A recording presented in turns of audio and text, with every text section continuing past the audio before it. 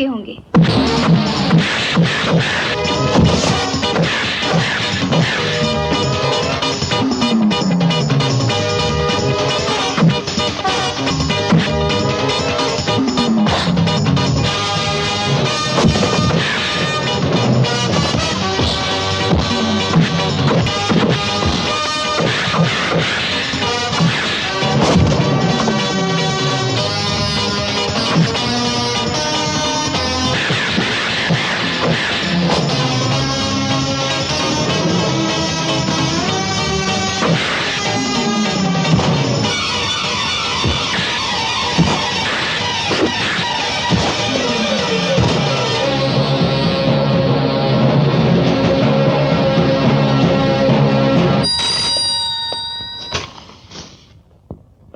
मैं जागीरा बोल रहा हूँ। जागीरा? कोई खास बात? बिल्कुल खास। सारा माल पकड़ा गया। क्या? हाँ, और साथ में आदमी भी पकड़े गए। लेकिन जागीरा, ये सब कैसे? मैंने तो तुम्हें पहले ही कहा था, बेटा अगर पुलिस की वर्दी पहन ले तो बाप को नहीं पहचानता। ये सब मेहरबानी तुम्हारे उस होने वाले दामाद इंस्पेक्टर विक्रम की है। विक्रम? तो तुम लोग सीधी तरीके से नहीं बताओगे कि ये माल किसका है? तुम बताओ। आप हैं नए ऑफिसर और हम हैं पुराने पापी। नोट कमाना भी जानते हैं, नोट बांटना भी। बकवास बंद कर और बता ये माल किसका है और इसका मालिक कौन है? हमारा ही माल है साहब, हम ही इसके मालिक हैं।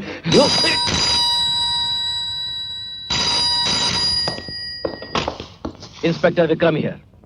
विक्रम बेटे, मैं भानु प्रताप बोल रहा हूँ। यस अंकल, कहिए कैसे याद किया? बेटे तुमसे खास बात करनी है। खास बात? कहिए। सुना है कि कल रात तुमने स्मगलिंग के सिलसिले में कुछ लोगों को गिरफ्तार किया है और उसके साथ साथ थोड़ा बहुत माल भी पकड़ा है। जी हाँ, लेकिन ये सब आप... बेटे उनके खिलाफ कोई रिपोर्ट वगैरह दर्ज तो नहीं की अभी? फिलहाल तो नहीं किया है। करना भी नहीं। क्यों? बेटा तुम्हें कैसे समझाऊं, कोई छोटी मोटी दफा लगाकर दफा करो उन्हें, वो अपने ही आदमी हैं। जी? आपके आदमी? नहीं, मेरे नहीं, मेरे खास दोस्त के आदमी हैं। और खास दोस्त के आदमी अपने ही होते हैं ना। हाँ समझ गया।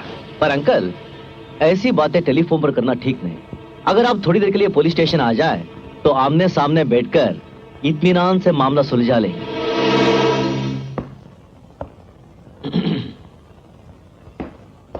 आइए अंकल आइए, बैठिए। कहिए क्या पियेंगे, गर्मा गर्म चाय या कुछ ठंडा? पुलिस स्टेशन में तकल्लुफ की कोई जरूरत नहीं है बेटे, मैं कुछ नहीं पीऊंगा। तो फिर खुलकर बताइए, मैं आपकी क्या खिदमत कर सकता? बेटे तुम मेरे होने वाले दामाद हो, अब तुमसे क्या छुपाना। वो मेरे अपने ही आदमी हैं। आपके आदमी? लेकिन आपने फोन पर कहा था कि वो आपके दोस्त के आदमी हैं।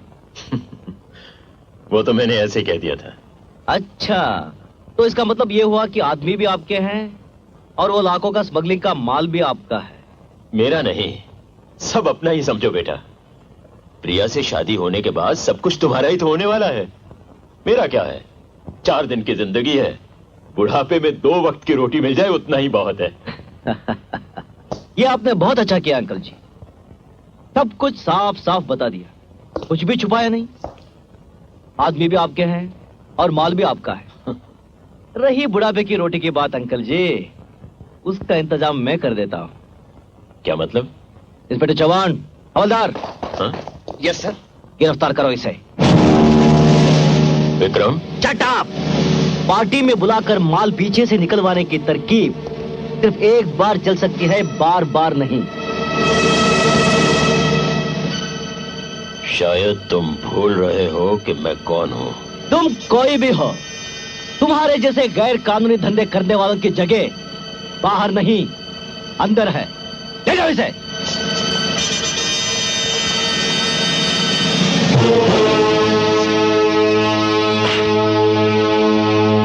मैं तुम्हारी होने वाली पत्नी हूँ। तुम्हारी कसम खा के कहती हूँ कि अंकल ने मुझे आज तक अंधेरे में रखा है। वो तुम्हें अंधेरे में रख सकता है, पर कानून को धोखा नहीं दे सकता। आज और अभी तुम्हें एक बात का फैसला करना पड़ेगा प्रिया, कि वक्त आने पर तुम कानून का साथ दोगी या अपने अंकल का। पैसे अगर उनसे मिलना हो तो नहीं मिलना है मुझे। धिक्कार है ऐसे अंकल पे जो कानून का दुश्मन हो, जो समाज का दुश्मन हो।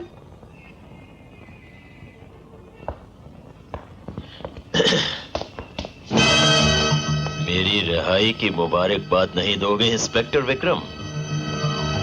माल भी मेरा ही था और आदमी भी मेरे ही थे, लेकिन फिर भी मैं जा रहा हूं। अभी तुम बच्चे हो। चलो मैं मान लेता हूं कि जो कुछ भी तुम कह रहे हो वो सच है, पर भानु प्रताप ने मेरे सामने साफ इनकार कर दिया कि उसका उन आदमी और माल के साथ कोई वास्ता नहीं है। विक्रम, तुम एक बहादुर और काबिल ऑफिसर हो। जरा सोचो, जिस भानु प्रताप ने अपने गुनाह को तुम्हारे सामने कबूल किया है, क्या वो अदालत में खड़ा होकर सच बोलेगा? कभी नहीं बोलेगा। और अगर उसके खिलाफ हम कुछ साबित ना कर पाए तो हमारे डिपार्टमेंट की कितनी बदनामी होगी। एक बात और मत भूलो कि भानु प्रताप इस शहर का बहुत बड़ा आदमी है और उसकी पहुंच दूर दूर तक है।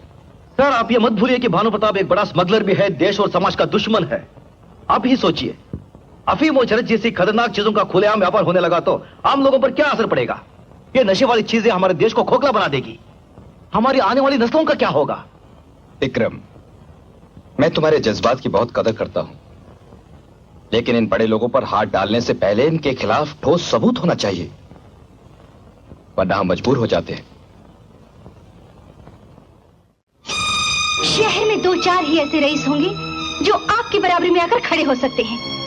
मम्मी डैडी इतनी दौलत छोड़ गए हैं, फिर क्या जरूरत है आपको स्मगलिंग करने की? स्मगलर को तो माल और सबूत के साथ गिरफ्तार किया जाता है, लेकिन उस बुज़दिल विक्रम ने मुझे पुलिस स्टेशन बुलाकर धोखे से गिरफ्तार किया। मैं ये हरगिज नहीं मान सकती कि विक्रम किसी को धोखा दे सकता है। और फिर वो आपको क्यों धोखा देने लगा? आपने उसका क्या बिगाड़ा है? दुख तो इसी बात का है कि मैंने किसी का कुछ नहीं बिगाड़ा। बिगड़े हुए तो उसके माँ और भाई हैं जो रिश्ते के बहाने सौदा करने आए थे। कैसा सौदा? अपने पुलिस अफसर बेटे की कीमत मांगने आए थे। दहेज में इतना पैसा मांग रहे थे कि उनकी जुबान बंद करने के बाद मैं खुद भिखारी बन जाता। इसी के बारे में बात करने के लिए मैं विक्रम के पास गया था।